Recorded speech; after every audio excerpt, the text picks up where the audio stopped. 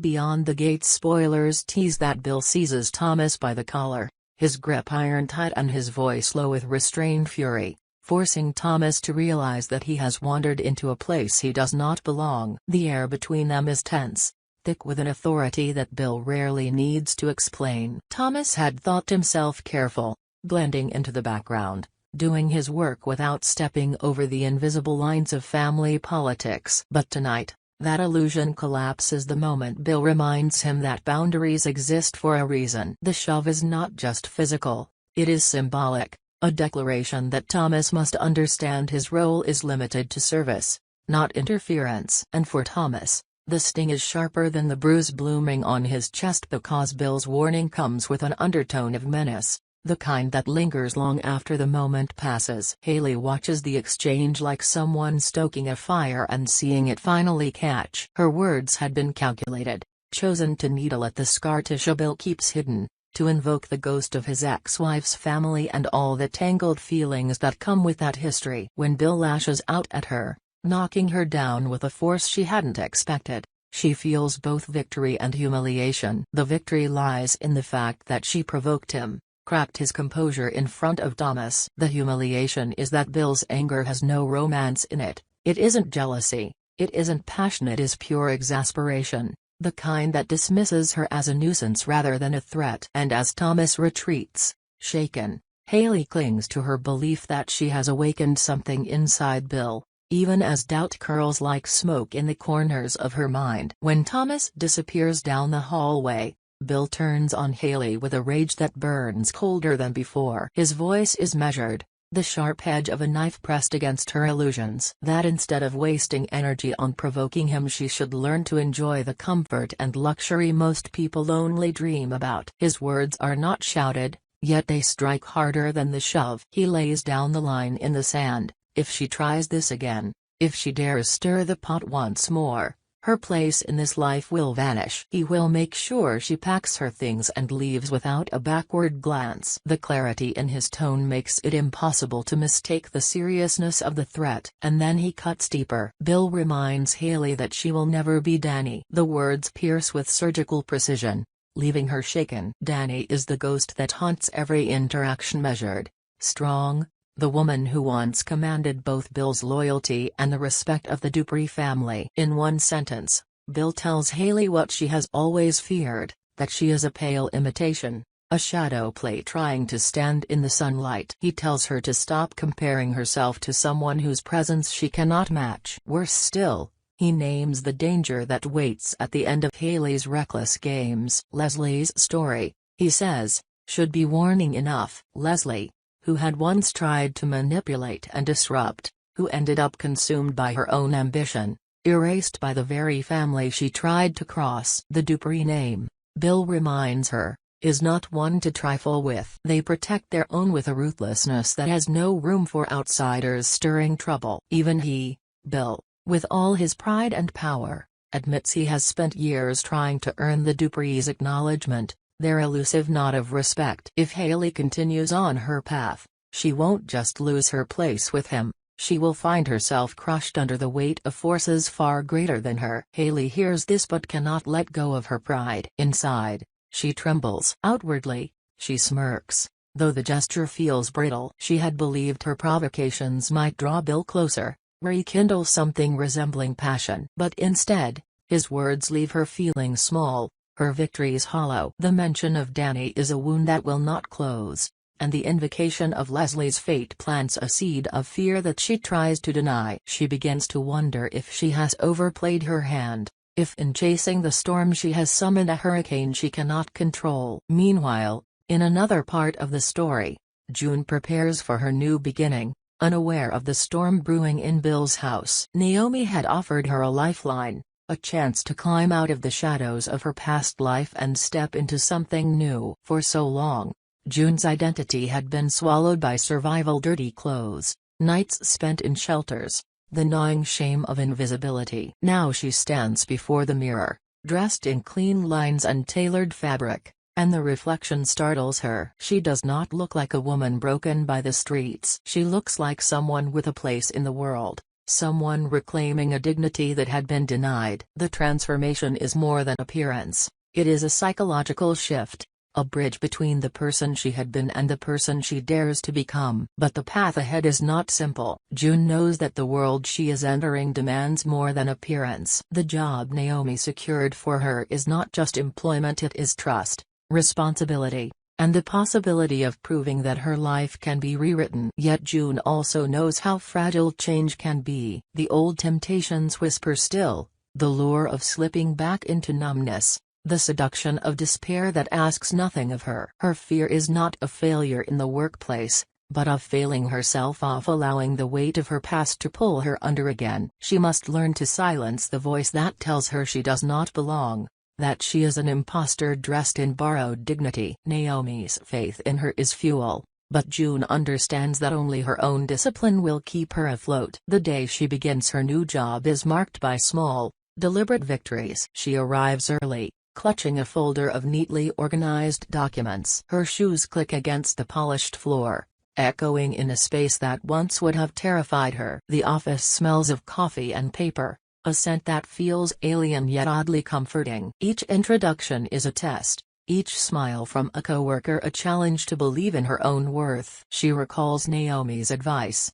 hold your head high, not because you're perfect, but because you're trying. June repeats this silently, like a mantra, each time doubt curls inside her chest. Her transformation does not go unnoticed. Colleagues see a woman composed, prepared, eager to learn. They do not see the nights she lay awake rehearsing conversations, or the hours spent deciding which blouse communicates both professionalism and humility. They cannot hear the inner battle she wages with every keystroke, every new instruction. But June feels the shift inside herself. For the first time in years, she is not surviving, she is building. The weight of her old life has not vanished, but it has been repurposed, like a foundation upon which she begins to construct something stronger. Back in Bill's orbit, however, destruction lingers. His confrontation with Hayley leaves a ripple effect, one that seeps into the corners of his world. Bill is a man constantly negotiating between his own pride and the expectations of the Dupree family. He has clawed his way into their circle, but he knows his place is conditional, dependent on loyalty and restraint. Hayley's reckless provocations threaten to unravel the fragile balance he has worked to maintain. When he warned her, it was not only for her sake but for his own. The Duprees are not forgiving, and any crack in his composure could cost him everything. Bill knows that ambition alone does not guarantee survival in their world. It requires discipline, the ability to silence emotions and act with calculated precision. The memory of Danny lingers with him, too, more than he admits aloud. Danny had represented both love and power, a woman whose presence gave him legitimacy, whose name shielded him from scrutiny. Without her, he feels both exposed and diminished, even as he masks it with anger. Hayley's attempts to provoke him are, in some ways, reminders of what he has lost, shadows of something real that can no longer return. When he told Hayley she would never be Danny,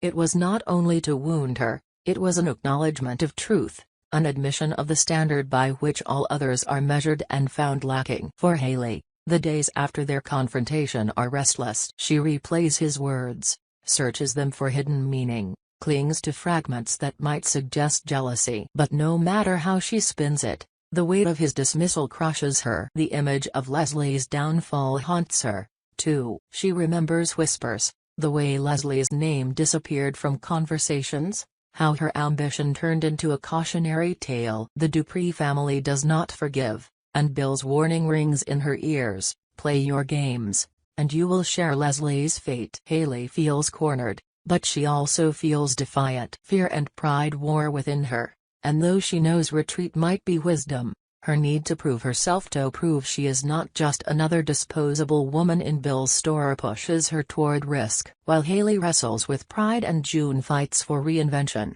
Naomi watches quietly from the sidelines, her presence the invisible thread connecting both stories. She sees in June a chance at redemption, proof that transformation is possible with the right support. And she sees in Bill and Hayley the warning signs of destruction, a reminder of how ambition and insecurity can corrode from within. Naomi's role is subtle, but essential. She is the hand that steadies others, the voice that pushes them toward choices they might not make alone. For June, she is mentor. For Chelsea, she is anchor. And though Bill does not admit it, as the days stretch on, tension coils tighter. Bill's threat hangs over Hayley like a blade. June's first steps in her new life test her resolve, and Naomi remains the quiet force trying to guide the fractured pieces toward something resembling stability. But the Dupree family looms in the background, a presence felt even when not seen, shaping every choice, every fear, every ambition. And as each character moves forward, they are unaware of how closely their fates are entangled, how the decisions made in private rooms will echo into the halls of power, where nothing is ever forgotten and no betrayal ever forgiven. Bill's warning to Hayley lingers in the atmosphere like smoke that refuses to clear, and in the silence afterward, her thoughts churn relentlessly. Every word he spake, every reminder that she could never measure up to Danny, every threat of exile if she stirred the waters again sinks into her mind, refusing to loosen its grip. Yet instead of retreat, her pride keeps her standing upright. She tells herself that Bill is only lashing out because she touched something real, that his anger is proof she has carved her way into his thoughts. But deep down, a tremor of fear takes root. She cannot forget the sharp edge in his tone when he invoked Leslie's fate. Leslie had believed herself untouchable, only to vanish without trace, erased by the unforgiving reach of the Dupree family. That memory gnaws at Hayley, whispering that she might already be standing on the same precipice. In private, she oscillates between bravado and panic. When she looks in the mirror, she rehearses defiant lines, imagines herself unbothered and victorious. But at night, when the house is quiet and shadows stretch long, she lies awake with a tightening chest, hearing echoes of Bill's voice, "You will never be Danny." Those words are a poison, seeping into her pride, corroding her certainty. The comparison is unfair, she insists to herself. Yet the truth is undeniable. Danny's name still commands respect, while hers barely registers as more than an interlude in Bill's life. Bill, meanwhile, stews in his own silence. He knows he let his temper show, and that alone frustrates him. Discipline has always been his currency with the Duprees. They value composure, calculation, the ability to hold power without letting it slip through emotional cracks. By letting Hayley get under his skin, he revealed something he'd worked hard to keep hidden, that Danny's absence still unsettles him, that the void she left cannot be filled with someone as reckless as Hayley. His anger toward Hayley is less about her provocation and more about his own weakness in allowing her to stir emotions he thought buried. He tells himself that she must be controlled, not because she is dangerous, but because she is distracting. On distractions are luxuries he cannot afford. Thomas finds himself caught in the aftermath, his ribs still aching where Bill had shoved him. He replays the scene again and again, cursing himself for being in the wrong place at the wrong time. He had only wanted to ensure the household ran smoothly, to keep his head down and his job secure. But in that single moment, he was dragged into something far larger than his station. Bill's warning was clear: stay in line, do your work, keep your mouth shut. And Thomas knows he cannot afford to disobey. Still, he feels the humiliation burn, the knowledge that he was treated as disposable, a tool to be silenced when inconvenient. That anger festers quietly, building a resentment he dares not voice. As Hayley struggles with her wounded pride and Thomas swallows his bitterness, June steps into a world that feels fragile but full of promise. The job Naomi arranged for her becomes more than work, it becomes a stage where she rehearses the new version of herself she is determined to embody. Each day she arrives on time, dressed carefully, determined to silence the whispers of doubt that cling to her. She takes notes diligently, asks questions with humility, and forces herself to meet the eyes of colleagues instead of shrinking into invisibility. Every small success is a revelation: a report finished on deadline, a compliment from a supervisor, a smile returned in the hallway. But with each step forward comes the haunting weight of her past. She fears that her history as a homeless woman will one day surface, that someone will look too closely and see the cracks beneath her polished exterior. Late at night, when exhaustion sets in, She feels the pull of old habits, the temptation to withdraw, to convince herself she doesn't belong in this new life. Yet she clings to Naomi's words, replaying them like a shield. "You're not defined by where you've been. You're defined by where you decide to go." Naomi watches June with quiet pride. She knows the journey is only beginning, that relapse into despair is always a risk, but she also sees a strength in June that even June does not recognize. For Naomi, helping June is more than charity, it is an act of faith, proof that redemption can be cultivated with patience and guidance. In June's determination, she sees a reflection of battles fought long ago, battles she herself had to win in silence. Naomi knows the road will test June, but she also knows the woman has finally taken her first true steps into a future not dictated by survival. Back in Bill's house, however, the cracks widen. Hayley cannot let go of her need to assert herself. Despite his warning, she toys with small provocations, subtle remarks, lingering glances meant to remind Bill she will not fade quietly into the background. She believes that if she can force him to react, she can prove she still matters. But each attempt only hardens Bill's resolve. He grows colder, more dismissive, reminding her again and again that her place is precarious. His mention of Danny remains a constant shadow, and though he never repeats the name, the weight of it lingers between them like a ghost at the table. Thomas, ever watchful, begins to notice the widening rift. He keeps his distance,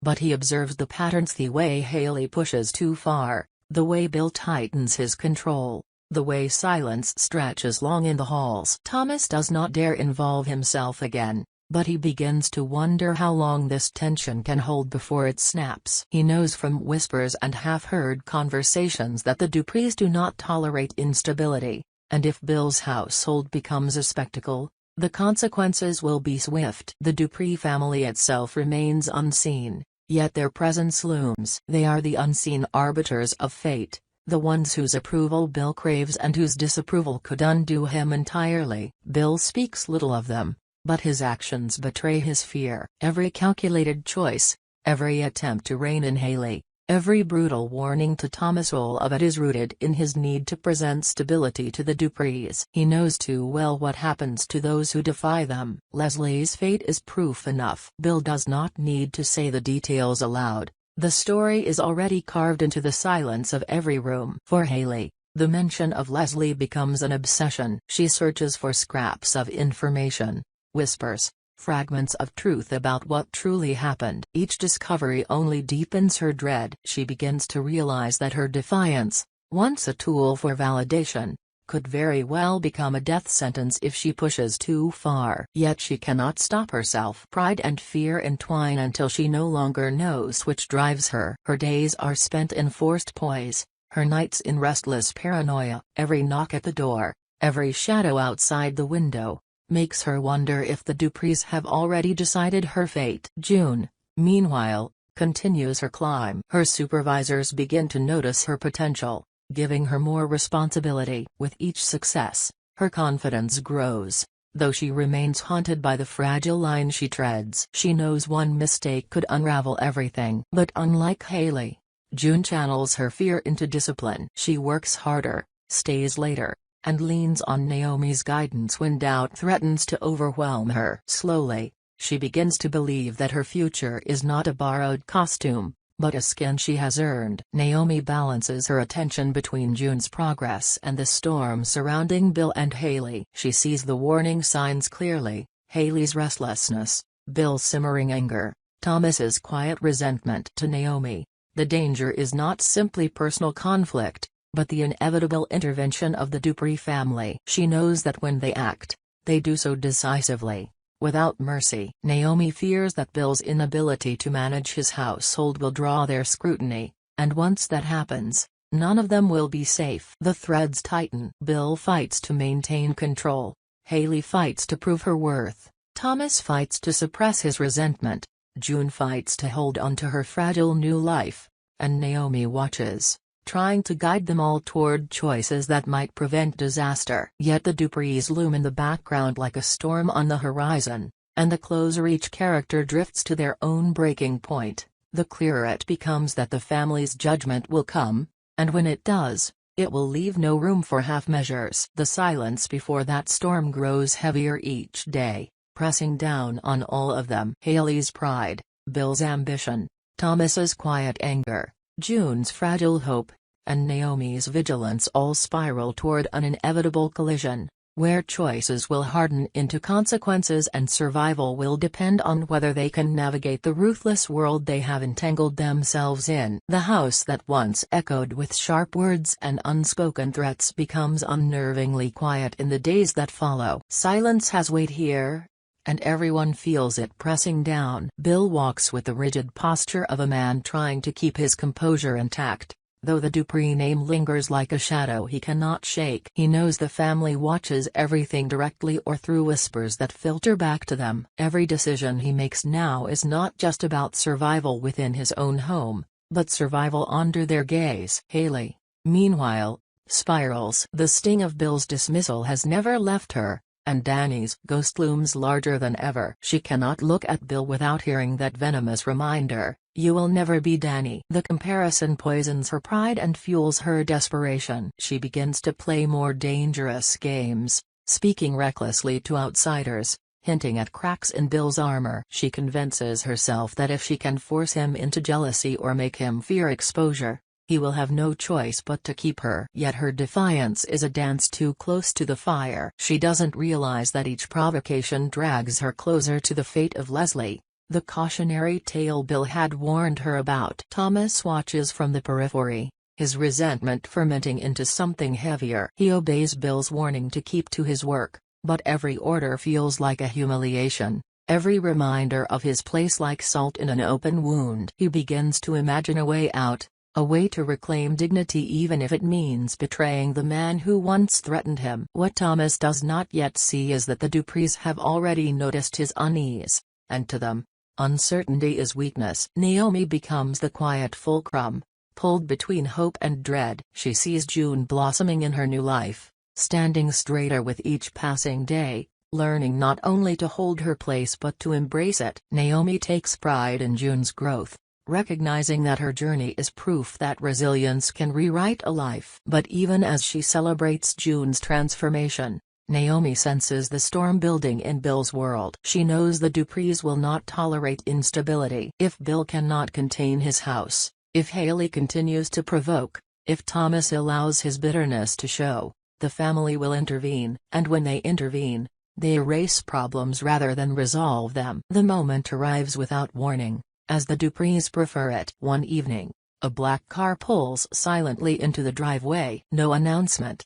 no message, just presence. Bill stiffens instantly, knowing that their patience has ended. The men who step out are not here for conversation. Their silence is worse than threats. It is judgment delivered without words. Hayley feels her throat close as their eyes pass over her, cold and dismissive. Thomas lowers his head, trying to make himself invisible. June, though not present in the house, feels the ripple in the air when Naomi receives a single terse message, "It's time." Inside, the verdict is swift. Bill is given no room to explain, only to listen. He is reminded that loyalty is measured not in ambition, but in control, and that his inability to keep Hayley in line has drawn unnecessary attention. The warning is clear: his position with the Duprees hangs by a thread, and any further failure will cut it completely. He bows his head, pride burning, but he knows resistance is not an option. For Hayley, there is no reprieve. She is told in cold terms that her presence is finished, that her games have ended not with victory but with exile. Bill does not defend her,